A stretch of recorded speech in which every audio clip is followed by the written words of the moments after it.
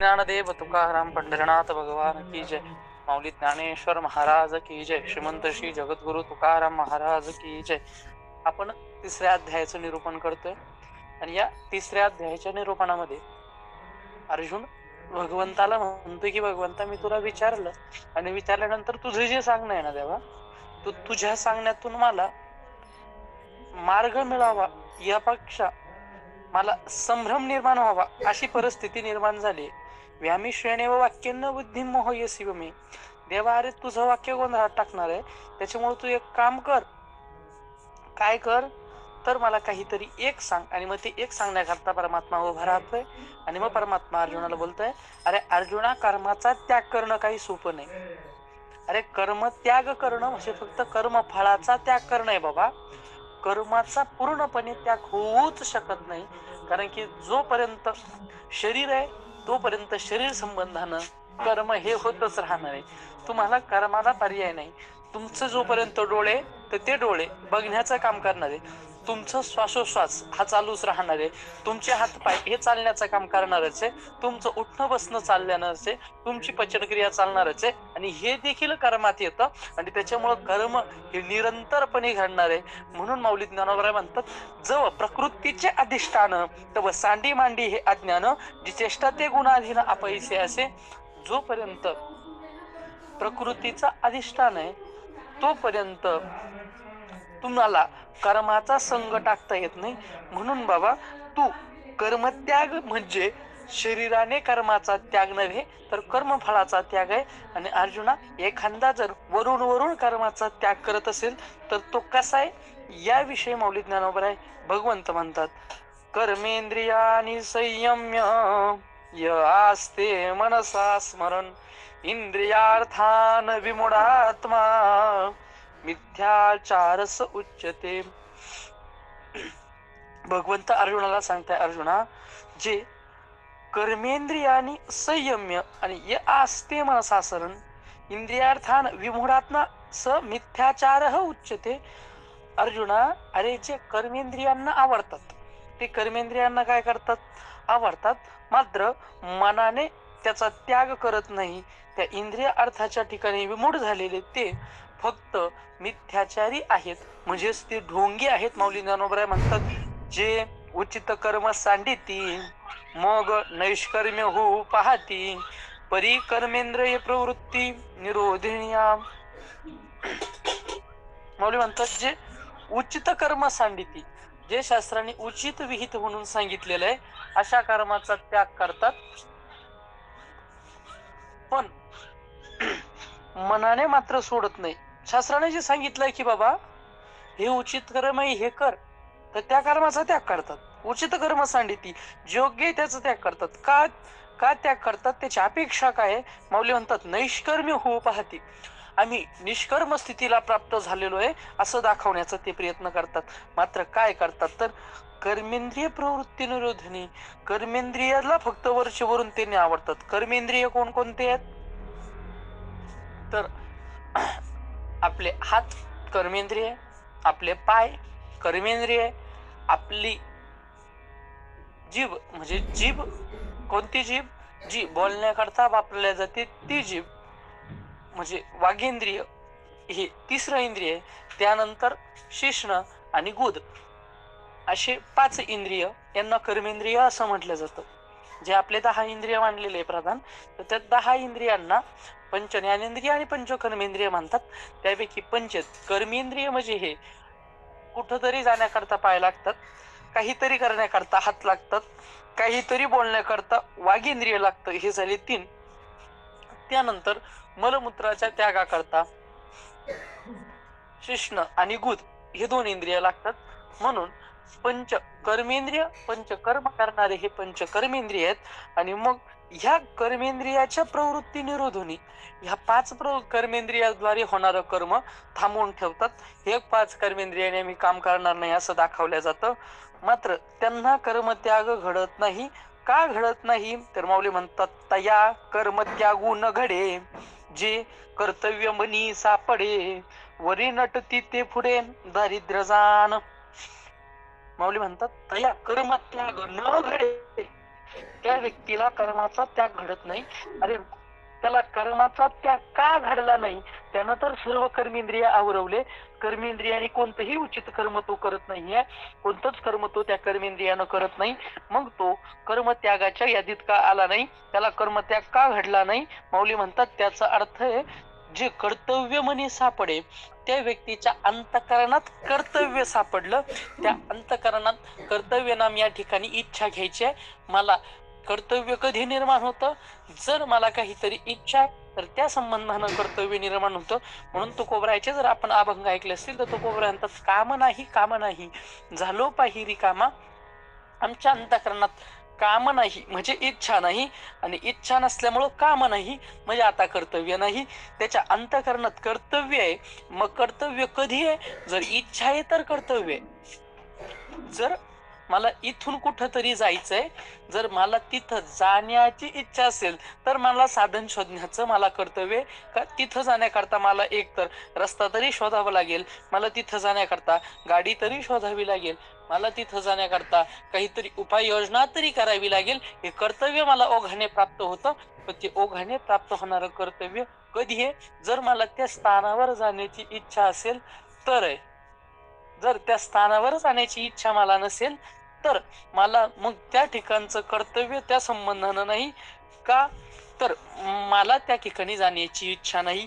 तसं त्यांनी वरून वरून कर्मेंद्रियाचं आचरण थांबवलेलं आहे. मात्र आतून काय केलंय तर आतून त्यांनी कुठल्याही प्रकारचा कर्मत्याग केलेला नाही. कर्तव्य मनी सापडे अंतःकरणात, मनात त्यांना ते कर्तव्य सापडतं. वरी नटती ते पुढे दारिद्र्य जाणे, माऊली म्हणतात.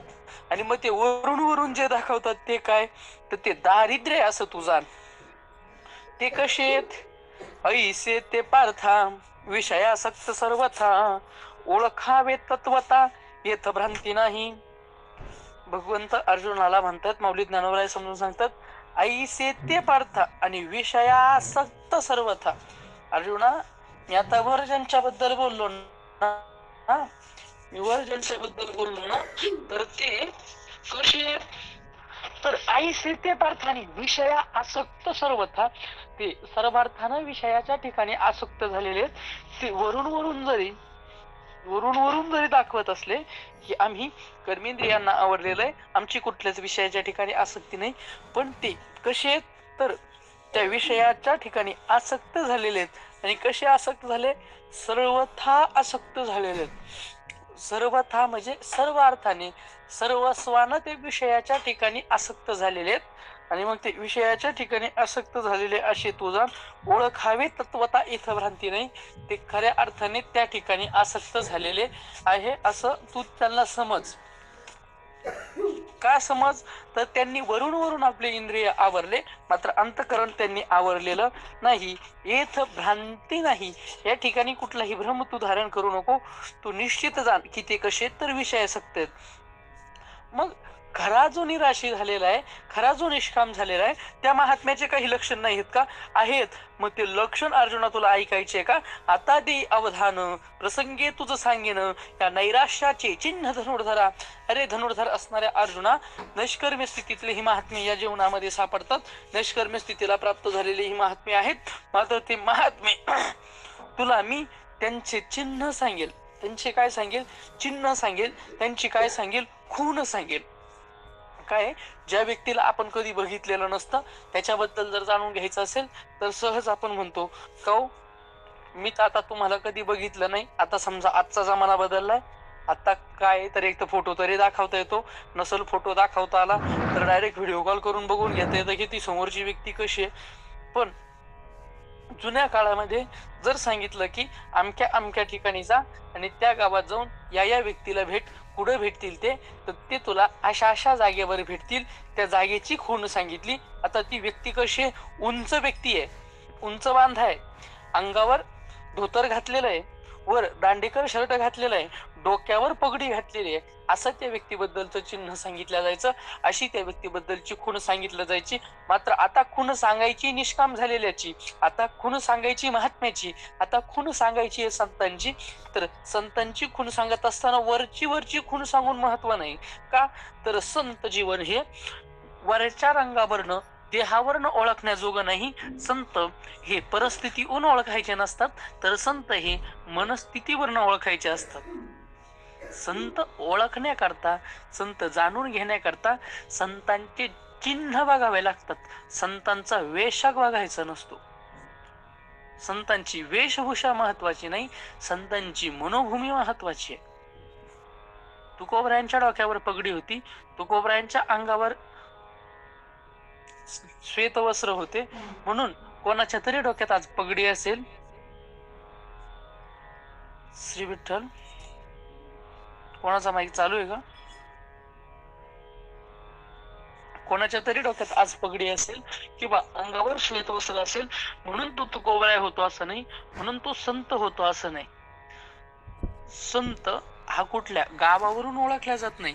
आळंदीत जन्माला आला म्हणून तो संत आहे असं नाही, देहूत जन्माला आला म्हणून तो संत आहे असं नाही, त्र्यंबकी जन्माला आला म्हणून तो संत नाही, पैठणला ज्याचा जन्म आहे म्हणून तो संत आहे असं नाही. त्याच्या जन्मावरून त्याचा संतपणा ठरत नाही. तो कोणत्या धर्मात आला याच्यावरून त्याचा संतपण ठरत नाही. तो निष्काम आहे काय हे त्याच्या वर्णावरूनही ठरत नाही, हे त्याच्या धर्मावरूनही ठरत नाही, हे त्याच्या जातीवरूनही ठरत नाही, हे त्याच्या लिंगावरूनही ठरत नाही. हे ठरवण्याकरता शरीर अवच्छेदकाने कोणताही असणारा परिमाण हे कमीच पडतं. मग ते चिन्ह आतले असतात आणि मग ते आतले चिन्ह सांगण्याकरता माऊली ज्ञानोबराय जो शब्द वापरलाय, माऊलींनी शब्द वापरलाय जो अंतरी दृढ म्हणून माऊलींनी सांगत असताना पहिलंच लक्षण हे अंतकरणापासून अंतरापासून सुरू केलंय. का? महात्मा बाहेरून दिसायला कसा असेल ते सांगता येत नाही. काय एक परंपरेने आपल्याकडे कथा सांगितली जाते. कान्होबा महाराज पाठक म्हणून एक मोठी व्यक्ती होऊन गेली, माऊलींच्या समकालीन आहेत ते. एक थोर महात्मे होऊन गेले आणि त्या महात्म्यांच्या जीवनातला एक प्रसंग आहे की काशीवरनं कोणीतरी एक थोर साधू, त्या साधूला साक्षात्कार झाला की तुला उपदेशाकरता गुरुची गरज आहे, संतांची गरज आहे आणि ते संत भेटावे म्हणून तू काय कर, तर कान्होबा पाठकांकडे जा.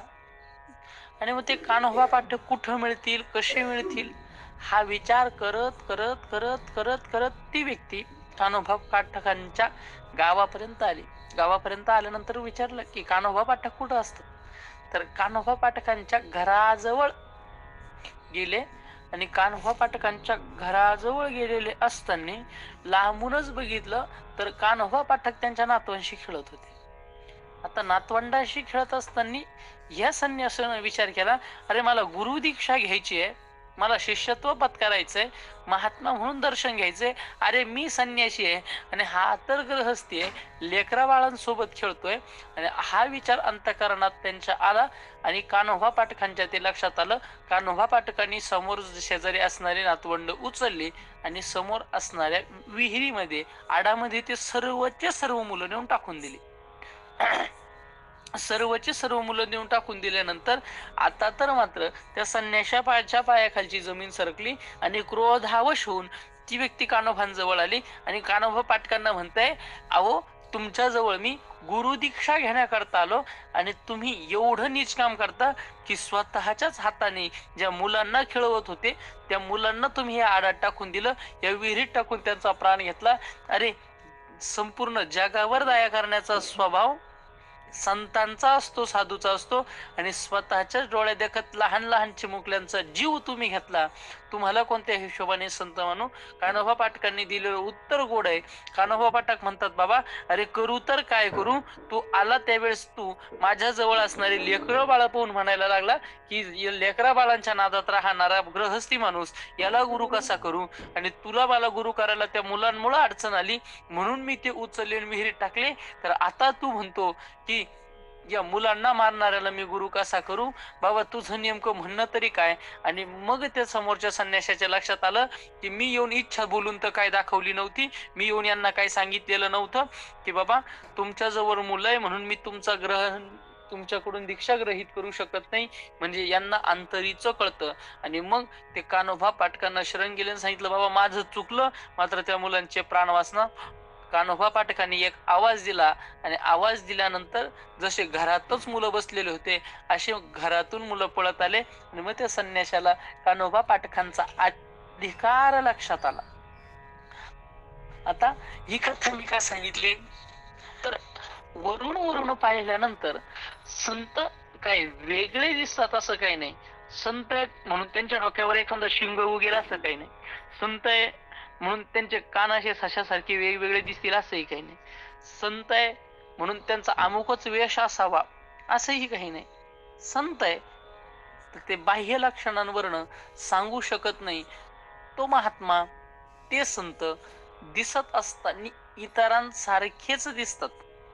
ते काय वेगळे वेगळे दिसतात असं काही नाही. संत दिसायला आपल्यासारखेच असतात, मात्र दिसायला जरी आपल्यासारखे असले तरी ते आपल्यासारखे नसतात. म्हणून संत म्हणतात संत नवथी जागा मानसा त्या सारिके, समुद्र नदी नवे पैगा पाषाण म्हणून लिंगा. आणि संत नवती जागा मानसा त्या सारिके, नदी कितीही मोठी झाली म्हणून तिला समुद्र म्हणता येत नाही. कोणता तरी दगड उचलला आणि त्या दगडाला शिवलिंग म्हणता येत नाही आणि शिवलिंगालाही दगड म्हणता येत नाही. तसंच कोणत्याही माणसाला संत म्हणता येत नाही आणि संतालाही माणूस म्हणता येत नाही. संत नवती जगा मानसा त्या सारिके. माऊली ज्ञानोबा महाराज म्हणतात एवढी भी अनेकांची बरी तो ही एक शरीरी अशेषही व्यापारी वर्तत दिसे. तसं जर पाहायला गेलं तर तो सर्व माणसांसारखाच वागतो, माणसांसारखाच राहतो, माणसांसारखाच बोलतो, माणसांसारखाच चालतो. सगळं त्याचं बाकीच्यांसारखंच येणार आहे आपल्याला. आता चिंतनात पुढे 30 श्लोक आहे. पैसे शृण्वन स्पुषय जिग्रन नशनन गच्छन स्वपैश्वसन प्रलपन विश्वनन गृह्णन नुन्मिशन निमिशन नपी. हे सर्वच्या सर्व ती व्यक्ती करते, सर्व सारखंच आहे. मग फरक आहे, तो फरक भगवंत सांगतात. यस्वेंद्रियानी मनसा नियम्य आरभते अर्जुन कर्मेंद्रिय कर्मयोग मसक्त सविशेषते.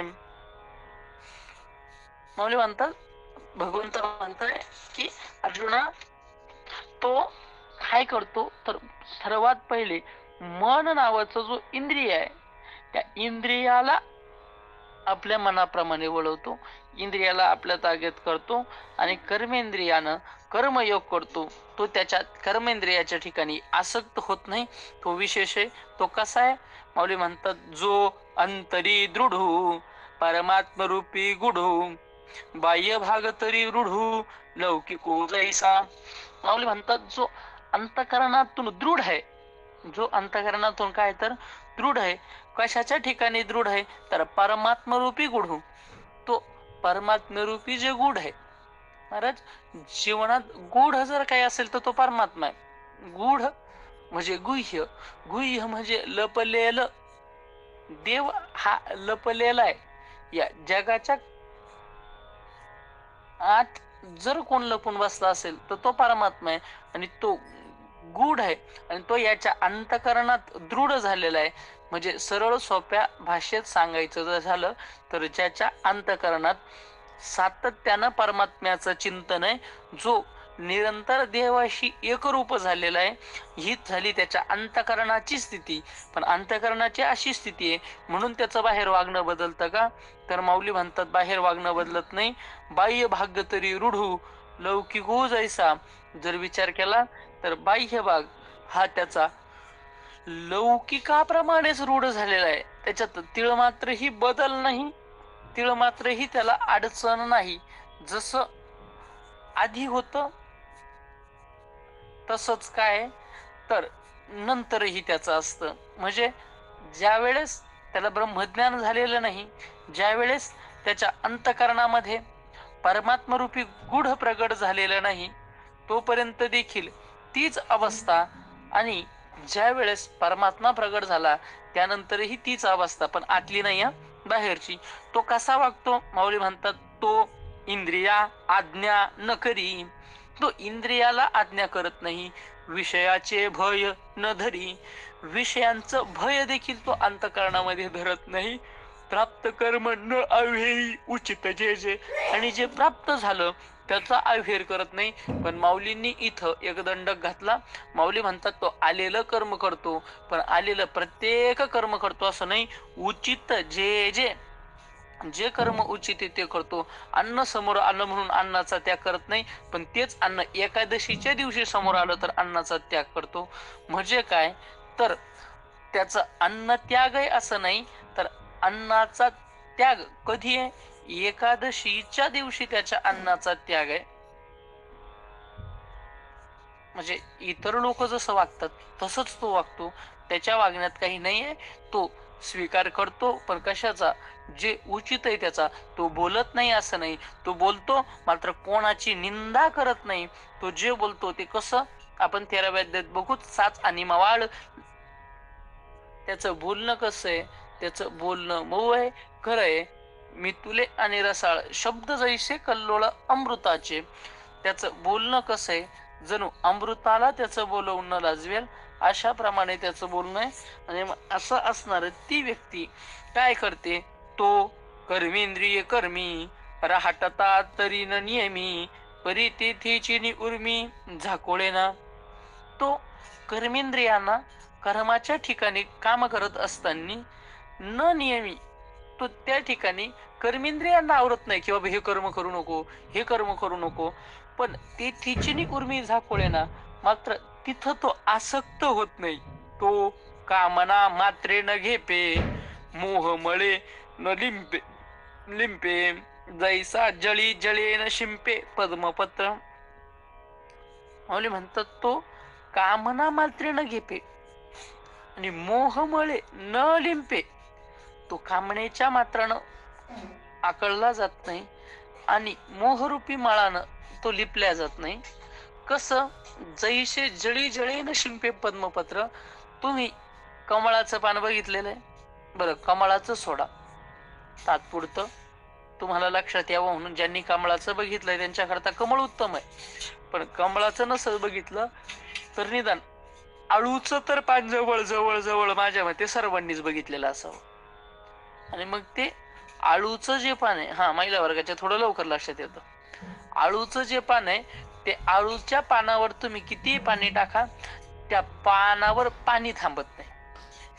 त्या पानावर काय थांबत नाही? पाणी थांबत नाही. कमळाचं पान पण तसंच असतं, पण थोडस अजून हाय क्वालिटीचं असते. त्याच्यावर कसंच पाणी थांबत नाही. मग ते पाण्यात राहतं मात्र ते ओलं होत नाही. पाणी त्याच्यावर थांबत नाही. जळी जळे न शिंपे. जसं जमिनीवर पाणी शिंपलं की जमीन ओली होते, आपल्या अंगावर पाणी शिंपलं आपण ओले होतो. अंगणात पाणी शिंपलं अंगण ओलं होतं, कपड्यावर पाणी शिंपलं कपडे ओले होतात. तसं पद्माच्या पत्रावर पाणी शिंपलं नव्हे नव्हे. पाण्यात जरी कमळ असलं तरी कमळाचं पान हे त्या असणाऱ्या पाण्यानं ओलं होत नाही. तसं तो महात्मा त्याच्या अंतःकरणामध्ये कामना आणि मोह हे निर्माण होत नाही. त्याला कोणत्याही गोष्टीची आसक्ती निर्माण होत नाही. तसं जर विचार केला तर तो तैसा संसर्गा माझी असे सकळांसारिका दिसे जैसे तोय संगे आभासे भाडुबिंब. तसा जर विचार केला तर तो काय खूप वेगळा आहे असं नाही. संसर्गा माझी असे ह्या समाजाच्या व्यवहारामध्ये तो राहत नाही असं नाही. सगळ्यांसारखा दिसे. मी आधी बोलून गेलो त्याच्यात दिसायला काही फरक पडत नाही. महात्मा झाला म्हणून त्याला काही शेपूट उगून येते वेगळे असं काही नाही. महात्मा जरी तरी त्याला अवयव बदलतात असं काही नाही. सगळ्यांसारखा दिसे. तो इतर लोक जसे दिसताय त्या इतर लोकांसारखा दिसतो, मात्र जैसे तोय संगे आभासे भानुबिंब. पण कसा आहे तो महात्मा? जसं पाण्यात सूर्याचं प्रतिबिंब आहे की नाही? आहे. पण खरं खरं सूर्य तिथं आहे का? नाही. तसा तो दिसायला संसारात असतो, असायला संसारात नसतो. पण जर सामान्य प्रमाणे पाहायला गेलं तर तो तिथंच आहे. तैसे सामान्यत्वे पाहिजे तरी साधारणची देखीजे एरवी निर्धारिता निजे सोय जयाची. माऊली म्हणतात तसं जर सामान्य दृष्टीनं आपण पाहू गेलो ना, वरचेवर जर बघितलं तर वरचेवर बघितल्यानंतर साधारण अशी देखील तो साधारणच वाटतो. एरवी निर्धारिताने जे सोय जायची. हा, आणि जर विचारच केला तर त्याची इतकी महानता कोणाचीच नाही. तो आपण जाणूनही त्याला घेऊ शकत नाही. पण साधारणपणा जर बघितला तर तो साधारण दिसतो. बरं, सर्व संत हे साधारणच दिसत होते आणि आजही जे संत उपलब्ध आहेत तेही सर्वसाधारण व्यक्तीप्रमाणेच दिसतात. जगद्गुरु तुकोबराय जर दिसताना हे संत म्हणून दिसत असते तर मला नाही वाटत मंबाजी बुवांनी जगद्गुरु तुकोबरायांना काट्याच्या झुडपाना हाणलं असतं. किंवा रामेश्वर भट्टांना जर जगद्गुरु तुकोबराय संत म्हणून दिसत असते तर मला नाही वाटत की त्यांनी अभंग काठ्याच्या बाया इंद्रायणीच्या डोहात बुडवण्याचा आदेश दिला असता. विश्वमौली ज्ञानोबरायांच्या दिसत्याहून जर ते संत आहे हे कळत असतं तर विश्वमौली ज्ञानोबरायांच्या खाण्याच्या झोळीमध्ये, भिक्षेच्या पात्रामध्ये माती टाकण्याची हिंमत कोणी केली नसती का? जर संत म्हणून दिसत असते तर. पण ते संत दिसत नव्हते. ते दिसण्यावरून संत हे कळत नव्हतं. ते दिसत असताना सामान्य माणसाप्रमाणेच दिसत होते. संत हे दिसण्याकरता सामान्यत्वानं जर बघितलं तर ते वेगळे काहीतरी असतात असं नाही. भरपूर वेळेस जगद्गुरु तुकोबराय हेच जगद्गुरु तुकोबराय हेच भरपूर जणांना कळत नव्हतं. का? तर दिसण्याकरता सर्वजण हे सर्व संत हे माणसासारखेच आहे. त्यांच्यात काहीतरी वेगळं असतं, पण ते असणं हे आतून असतं. बाहेरून जर विचार केला तर दिसायला सर्वजण सारखेच आहे. ऐसा चिन्ही चिन्ही तू देखसी तू चिमुकतो, आशा पाशरही तू ओळख पा. असा जो महात्मा आहे ना अर्जुना, त्याच्याबद्दल मी बोलतोय. अशा चिन्हांनी जो युक्त आहे, देखसी तो चिमुकतो. अर्जुना, तो मुक्त आहे रे बाबा. तो कोण आहे? खऱ्या अर्थाने मुक्त आहे. आणि आशा पाश रहितू ओळखतो, तो आशेच्या पाशानं रहित आहे असं तू जाण. आता आधी सांगितलं की तो काय मुक्त आहे, आणि मुक्त असणारा तोच काय झालेला आहे तर आशेच्या पाशानं रहित झालेला आहे. महाराज, जो या आशाच्या पाशातून सुटला ना तो खऱ्या अर्थाने मुक्त झाला. कोणी जर तुम्हाला विचारलं ना की मुक्त होणं, मुक्त होणं, मुक्त होणं, हे मुक्त होणं कशातून मुक्त होणं, तर महाराज या आशेच्या पाशातून मुक्त होणं हे मुक्त होणं. का? जर आशाच राहिली नाही तर, आशा जर नसेल, वासना जर नसेल, इच्छा जर नसेल तर जन्मच घ्यावा लागत नाही. आणि मग जन्मच ज्याला घ्यावा लागत नाही त्याला म्हटल्या जातं मुक्त. म्हणून मुक्त आहे. कशातून मुक्त आहे तर आशा नावाच्या पाशातून तो मुक्त आहे. अर्जुना, तोच खऱ्या अर्थाने योगी आहे. अर्जुना, तोची योगी विशेषिषे जो जगी, म्हणून ऐसा होय या लागी म्हणे पेचुती. अर्जुना, तोची योगी. अर्जुना, तोच खऱ्या अर्थाने योगी आहे. विशेषिषे जो जोगी. अर्जुना, जगामध्ये मी ज्याला विशेषत्वाने योगी म्हणतोय, आणि म्हणून मी तुला पण म्हणतोय अर्जुना, तस्माद योगी भवा अर्जुन, म्हणून तू योगी हो. ऐसा होय या लागी म्हणे पेचुती. म्हणून मी तुला म्हणतोय अर्जुना योगी होय. तू मानसा नियम न करी, निश्चळ होय अंतरी, मग कर्मेंद्रिय ही व्यापारी वर्तू तू सुखे. अर्जुना, तू काय कर माहितीये का? आता हे सांगणं फक्त एका अर्जुनाला नाही. मी गीतेच्या पहिल्या अध्यायापासून बोलतोय. भगवंतानं आणि विशेषत्वानं विश्वमौली ज्ञानोबरायानं अर्जुनाला मध्ये घालून जे बोलले ते आपल्याकरता बोलले. आधी पण बोलून गेलो, चंचल मी मन कृष्ण प्रमाथी बलव दृढम, हे म्हणणारा अर्जुन काही कोणी सामान्य असं नाही. अर्जुनाला मोह निर्माण होतो काय आणि देव बोलायला लागतो काय हे सगळं त्यांनी केलेले नाटक आहे. अर्जुन हा भक्त आहे, अर्जुन महात्मा आहे. म्हणून अर्जुनाला मोह निर्माण झाला असता तर देवाने फक्त एका नजरेनं त्याच्याकडे बघितलं असतं तर एका नजरेत अर्जुनाचा मोह नष्ट झाला असता. खऱ्या अर्थाने या अर्जुनाचा मोह नष्ट करण्याकरता कधी गीतेची निर्मिती नाहीच आहे. जरी म्हटलं जातं की अर्जुना करता झाली, पण आमच्या संतांनी स्पष्ट सांगितलं अर्जुनाचे व्याजे गीता प्रकाशुनी श्रीराजे. अर्जुन हा निमित्त मात्र आहे. अर्जुना करताच केली असं नाही, अर्जुनाच्या निमित्तानं केली. अर्जुनाच्या निमित्तानं जगाला द्यायचंय. अर्जुनाला त्याचा उपयोग काय?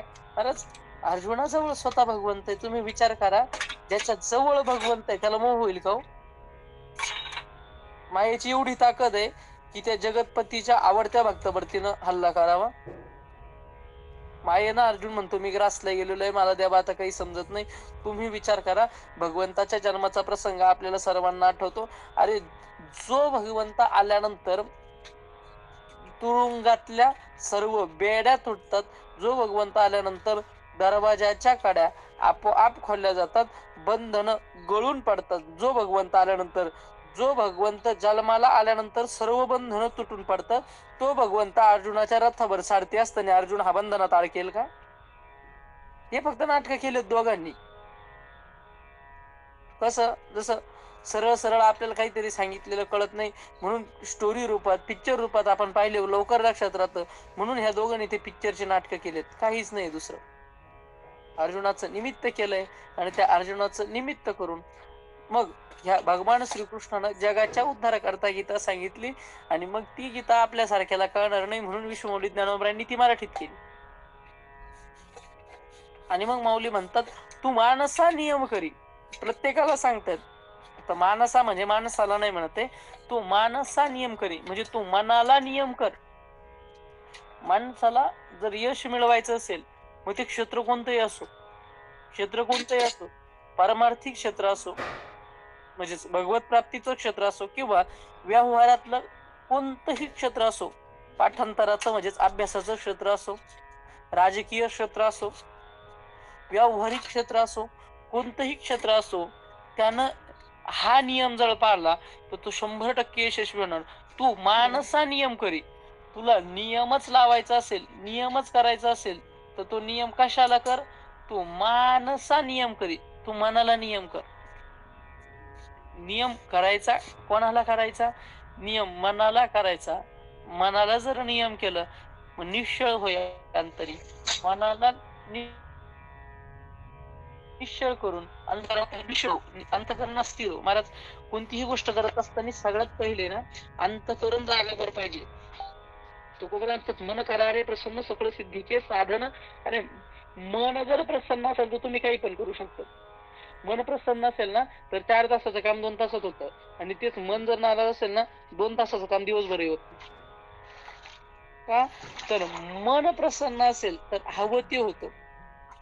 कितीकही सुग्रण असू द्या आणि तिला म्हणा फक्त मन थाऱ्यावर नसतं स्वयंपाक चांगला करून दाख, होऊच शकत नाही. का जर मनच थाऱ्यावर नसेल, मन जर योग्य नसेल तर मात्र आपण कोणतंच कार्य व्यवहाराचंही व्यवस्थित करू शकत नाही आणि परमार्थाचंही व्यवस्थित करू शकत नाही. परमार्थाला लागतच हो मन जागेवर, परमार्थाचा तर विषय नाही, पण संसारात देखील मन थाऱ्यावरच लागतं. मी आधी म्हणतो क्षेत्र कोणतंही असो, क्षेत्र परमार्थिक असो, क्षेत्र राजकीय असो, क्षेत्र अभ्यासाचा असो, कोणत्याही क्षेत्रामध्ये नियम हाच आहे. तू मानसा नियम करी. प्रत्येकानं आपल्या आपल्या मनाला नियम लावून घ्यायचा आहे आणि मग मनाला एकदा नियम लागला, अंतकरण एकदा जागेवर स्थिर झालं, निश्चळ होय अंतरी स्थिर हो. पण बाहेरून स्थिर हो असं नाही. स्थिर कुठून व्हायचंय? स्थिर आतून व्हायचंय. माणसाला जर शांततेची गरज असेल तर ती शांतता बाहेरून गरजेची नाही, तर ती शांतता आतून गरजेची आहे. आणि ती जर शांतता असेल तर तुम्ही कोणतंही काम घेतलेलं असेल तरीही ते यशस्वी होईल, तरीही ते सिद्धीस जाईल, तरीही ते कडापर्यंत पोहोचेल. का तर तुमचं अंतकरण स्थिर. स्थिर अंतकरण हे तुमची निर्णय क्षमता, तुमची विचार क्षमता, तुमची ग्रहण क्षमता हे वाढवण्याचं काम करतं. म्हणून माऊली म्हणतात तू मानसा नियम करी. नियम अंतकरणाला करायचाय. नियम हा आपण इंद्रियांना नियम लावून फायदा नाही. आपण कितीही ठरवलं इंद्रियांना नियम लावायचे, पण जर मनानं जर साथ दिली नाही तर आपण काहीच करू शकत नाही. आपल्याला गरज कशाची आहे तर खरं मनाला आवर घालण्याची गरज आहे. आणि म्हणून माऊलींनी स्पष्ट शब्दात सांगितलं मानसा नियम करी. आणि मग काय होय? निश्चळ होय अंतरी. अंतकरणात निश्चळ होय. आणि असं झाल्यानंतर कर्मेंद्रिय व्यापरिवर्तत सुखे. कर्मेंद्रियानं सर्व आचरण कर. कर्मेंद्रियाचं आचरण टाकू नको. कर्मेंद्रियानं तू आचरण करत राहा आणि सुखानं वर्तन कर. कसं हो? नियतं कुरु कर्म त्वं कर्मजायो ह्यकर्मणः शरीरयात्रापि च ते न प्रसिद्ध्यर्य कर्मणः. अर्जुन, हे बघ, तू नित्य कर्म कर बाबा. कर्म सोडून शरीराला सुद्धा राहणं शक्य नाही. शरीर सुद्धा कर्माशिवाय जगू शकत नाही. म्हणून निष्कर्म्य होणं हे काही कुठल्याच पद्धतीनं अर्जुना शक्य नाही. माऊली म्हणतात, म्हणून नैष्कर्म्य होवावे तरी येथ तेन संभवे आणि निषिद्ध केवी राहटावे विचारी पण. अर्जुन, नैष्कर्म्य व्हावे आणि ते येथ न संभव. अर्जुना, निष्काम हवं ते तर काही या ठिकाणी संभव नाही. आणि मग निष्काम तर होता येत नाही, ते तर शक्य नाही. मग निषिद्ध केवी राहटावे. आणि मग चुकीचं कशाला वागायचं? म्हणजे बिना काही करता आपण राहू शकत नाही, मग चुकीचंच कशाला वागायचं? म्हणून जे जे उचित आणि अवसरे करुणी प्राप्त ते कर्म हेतु रहित आचरितू. अर्जुना, तू काय कर माहितीये का? तू ना कर्म कर. कोणतं कर्म कर? तर हेतुरहित होऊन कर्म कर. कोणतं कर? पण निषिद्ध कर, विहित कर. कोणतं करू? देवा निषिद्ध करू शकत नाही. हा, तेच सांगतोय अर्जुना, निषिद्ध केवी राहटावे. अरे अर्जुना, निषिद्ध कर्म कसं करावं रे? तुम्ही समजा, तुम्ही कुठंतरी प्रवासात चालले आणि प्रवासात जात असताना तुम्हाला समोरच्या गाडीत बसत असताना नियम आहे की तुम्हाला सोबत 5 किलो वजन घेऊनच बसायचंय. बिना ओझ घेता तुम्हाला गाडीत बसू दिल्या जात नाही. तुम्ही म्हणाल, महाराज काही बी सांगता, कसं कुठं गाडी राहते का? दृष्टांतात राहते अशी गाडी एक, की ज्या गाडीत बसण्याकरता 5 किलो ओझ सोबत घ्यावं लागतं. आता तुम्ही मला सांगा, 5 किलो ओझ तुम्हाला घ्यायचंय, मग 5 किलो ओझ काय घ्यायचंय? शिलामावशी, दगड. आता घेऊन घ्यायचं तर काय घ्यावं? प्रवासाला चाललोय तर प्रवासात काहीतरी खाण्यापिण्याची गोष्ट सोबत घ्यावी, प्रवासात काहीतरी वाचण्याचा ग्रंथ सोबत घ्यावे, प्रवासात काहीतरी तिथं पोहोचल्यानंतर गरज पडेल अशी कोणती तरी गोष्ट आपण सोबत घ्यावी. 5 किलो लागतं भाकरी सोबत. काहीतरी घेणं काय तर आवश्यक आहे. म्हणून तसंच दृष्टांत संपला. जसं सोबत वजनच घ्यायचंय, मग दगडाचं घेण्यापेक्षा खाद्यपदार्थ घ्यावे किंवा गरजेच्या वस्तू घ्याव्या. तसंच बिना कर्म करता आपण राहू शकत नाही. कर्म करणं शरीर तोपर्यंत बंधनकारक आहे. मग निषिद्धच करण्यापेक्षा चांगलंच आचरण केलं तर काही अडचण आहे का? म्हणून भगवंत म्हणतात, तुला जे उचित आहे बाबा आणि जे अवसरे करून प्राप्त आहे, जे तुला सहजगत्या प्राप्त होणार आहे, ते कर्म तू काय कर? तर त्याचं तू आचरण कर. आणि अर्जुना, अजून एक समजून घे, पार्था आणि काही एक नेनसी तू हे कौतिक जे कर्म हे मोचक अपैसे असले. अर्जुना, आणि तुला अजून एक कौतुकाची गोष्ट माहितीच नाही. एक नवलाची गोष्ट आहे ती तुला माहितीच नाहीये. कोणती गोष्ट आहे ती? हे कर्म मोचक अपैसे आहे. असं कर्माचं जर आचरण केलं ना, जसं मी सांगतोय तसं, तर ते कर्म तुला मोक्ष देणारं ठरतं. कसं? देखे अनुक्रमाधारे स्वधर्म जो आचरे तो मोक्ष तेने व्यापारे निश्चित पावे. अर्जुना, जो आहे ना अनुक्रमाच्या आधारावरनं स्वधर्माचं आचरण करतो, तो त्याच्या त्या गोष्टीमुळं सहज निश्चित पद्धतीने मोक्षाला प्राप्त होतो. काय सांगितलं? अर्जुना, आचरण कर. मात्र आचरण कशाचं कर? स्वधर्म जो आचरे, स्वधर्माचं आचरण कर. पण ते कसं कर? अनुक्रम आधारे, म्हणजे जसं अनुक्रमाने प्राप्त झालंय, जसं करायला सांगितलंय तसं काय कर? तर त्या स्वधर्माचं अनुष्ठान कर आणि मग सहजगत्या तुला त्या कर्मामुळं काय प्राप्त होईल, तर सहजगत्या तुला मोक्ष प्राप्त होईल आणि निश्चित प्राप्त होईल, निश्चित पावेल. कसा, तर स्वधर्म हा एक यज्ञ आहे.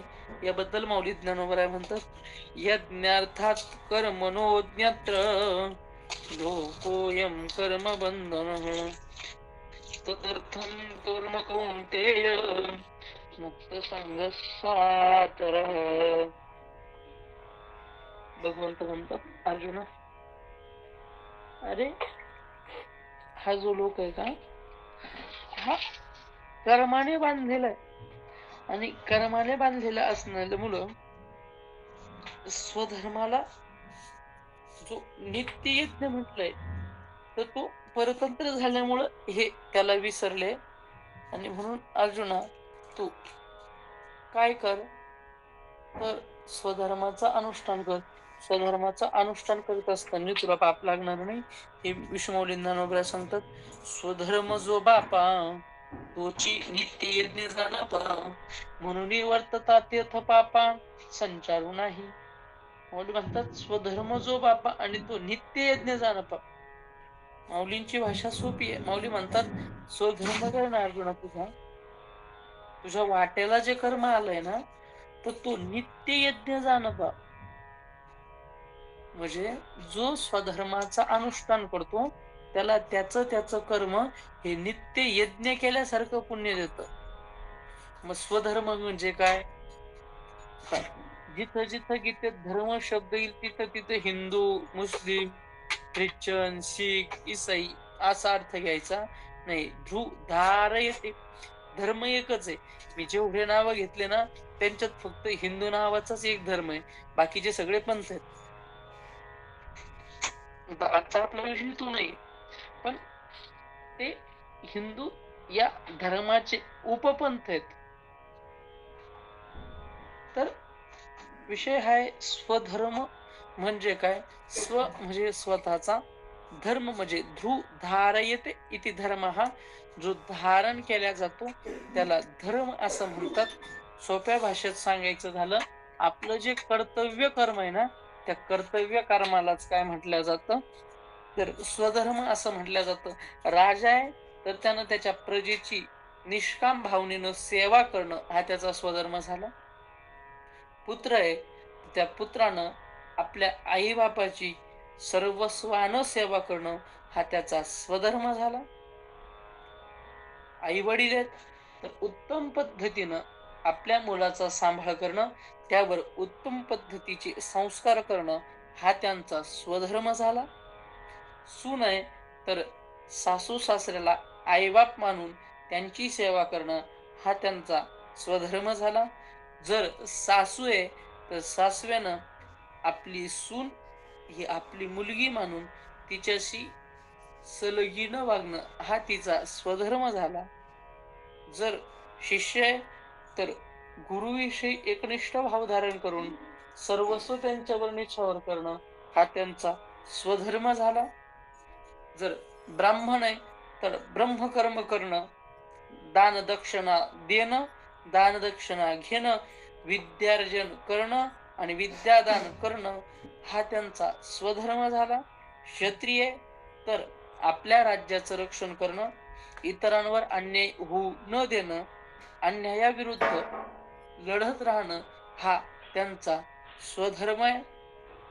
वैश्य तर वैश्याच्या वाट्याला शास्त्रानं जे जे कर्म दिलं ते कर्म आचरण करणं वैश्याचा धर्म आहे. शूद्रानं सर्वांची सेवा करून स्वधर्माचं आचरण करणं हा त्यांचा स्वधर्म आहे.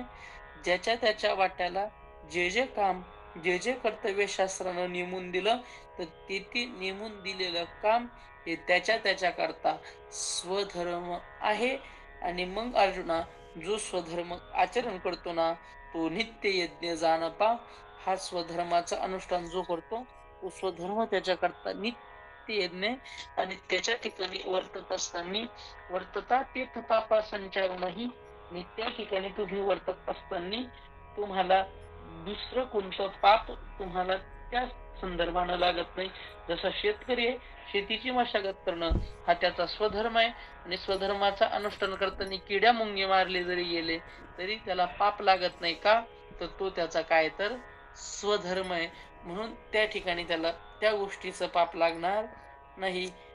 जर एखादं वैद्य एखाद्याच्या पायात किडे पडले तर ते किडे मारण्याचं औषध लावणं आणि ते किडे मारणं त्या डॉक्टरचा स्वधर्म आहे. म्हणून त्याला तिथं पाप लागणार नाही. का? म्हणून वर्तता तीर्थ पापा संचारुणाही पतिव्रता आहे. पतीच्या सेवेत आहे. कोणीतरी दारात आला, दारातला माणूस विनमुख जाऊ नये. पण पती सेवेत असल म्हणून व्यक्ती विनमुख गेला, तर विनमुख गेल्यानंतर जे पाप लागतं ते पाप तिला लागत नाही. का? तर ती पतीच्या सेवेत आहे. पतीच्या सेवेत असल्यामुळं स्वधर्मात असल्यामुळं तिला ते पाप लागत नाही. म्हणजे काय? स्वधर्माचं अनुष्ठान करत असताना इतर गोष्टीचं पाप आपल्याला लागत नाही. वर्तता तीर्थ पापा संचारूनही जगाचा बाप येऊन उभा राहिला पण माझ्या पुंडलिक रायानं वीट त्याला बसायला नाही दिली, त्याला वीट फेकून दिली आणि त्याच्यावर तो उभा राहिला. देव आला, देवाचं आदरातिथ्य केलं नाही.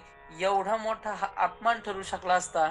मात्र स्वधर्माचं अनुष्ठान करत होता म्हणून तो अपमान न ठरता सन्मान ठरला आणि त्याच विटेवर माझा बाप आज आहे तसा उभा आहे. युगे 28 विटेवरी उभा, सुंदर ते ध्यान उभे विटे वरी. विटेवरी ज्याचे पाऊले समान उठे, तर विटेवरी त्याच विटेवर उभा आहे. तसं जर विचार केला तर संतांचं प्रमाणे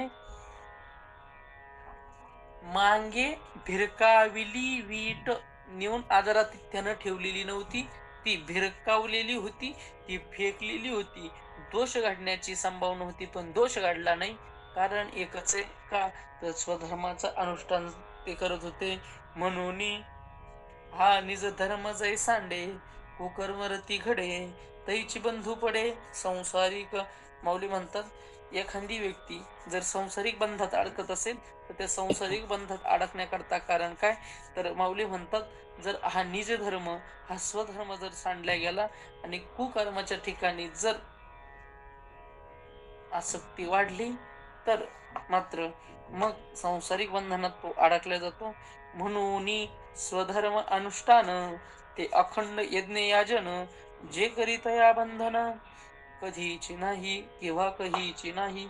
म्हणून स्वधर्माचं जो अनुष्ठान करतो तो व्यक्ती अखंड यज्ञ याजन करतो आणि असा जो व्यक्ती ना बाबा कधीच बंधनात तो व्यक्ती अडकत नाही. हा लोक कर्मे बांधला, जो परतंत्रा भुलला, तो नित्य यज्ञ ते चुकला. म्हणून हा लोक कर्माला बांधला गेला,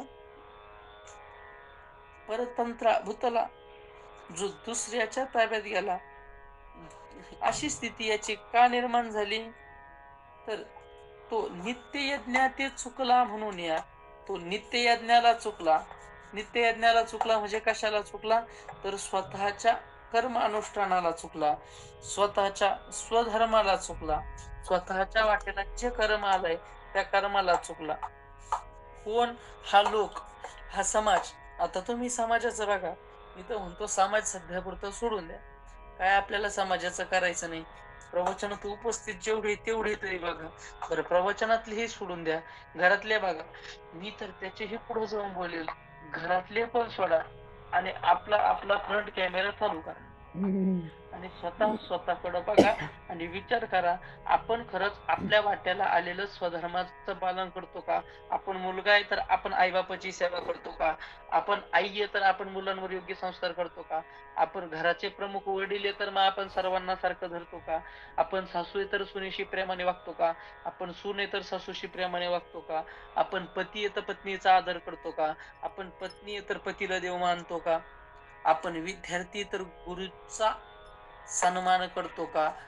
आपण श्रोताय तर प्रामाणिकपणे श्रवण करतो का?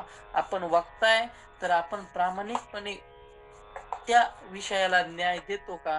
म्हणजे ज्यानं त्यानं स्वतःचं पाहावं आणि मग स्वतःचं पाहिल्यानंतर आपल्या स्वतःच्या लक्षात येतं, जो नित्य यज्ञ ते चुकला. म्हणून आपणही कुठंतरी आपल्या नित्य यज्ञाला चुकतो.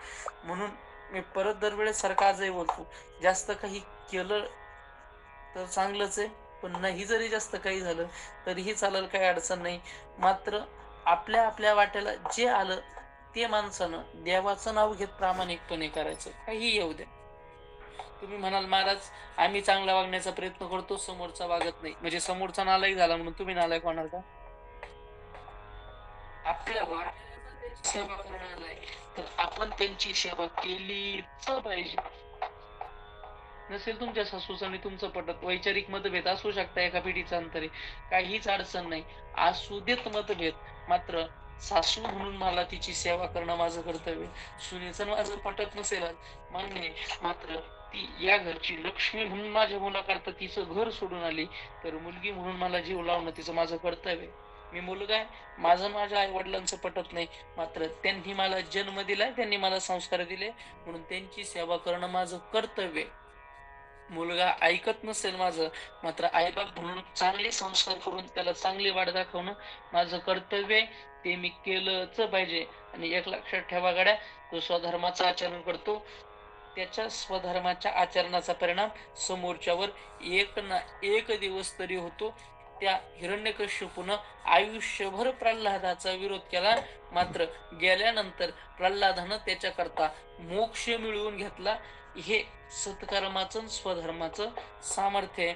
म्हणून मग तो स्वधर्म आपलाही कुठंतरी चुकायला नको. आणि हा स्वधर्म आचरण केल्याचे किती फायदे याच्याविषयी सुंदर एक अशी कथा विश्वमौली ज्ञानोबरायांनी सांगितलेली ब्रह्मदेवाची आणि पूर्ण प्रजेची, ते आपण पुढच्या प्रवचनात बघूया.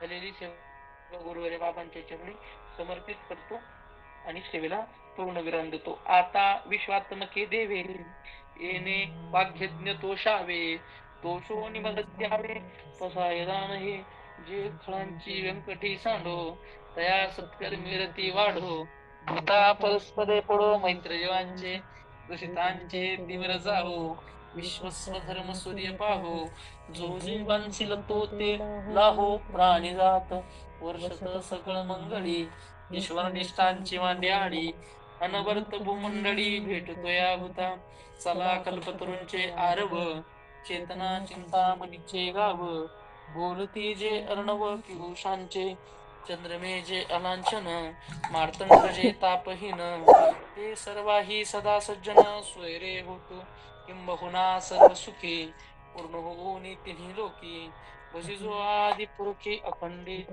आणि ग्रंथोपजीविये विशेषे लोकीये, द्रष्टा दृष्ट विजय होवा बेजी, येत म्हणे श्री विश्वेश्वरावो, हा होईल दान पसावो, येणे वरे ज्ञान देव सुखिया झाला, येणे वरे ज्ञान देव सुखिया झाला.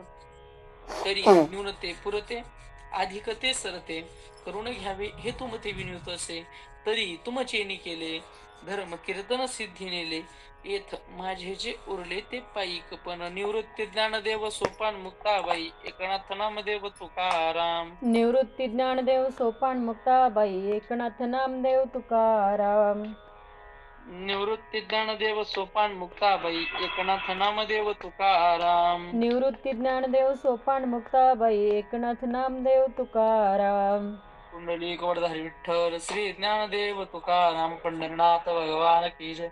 माऊली ज्ञानेश्वर महाराज की जय. श्रीमंत श्री जगद्गुरु तुकाराम महाराज की जय.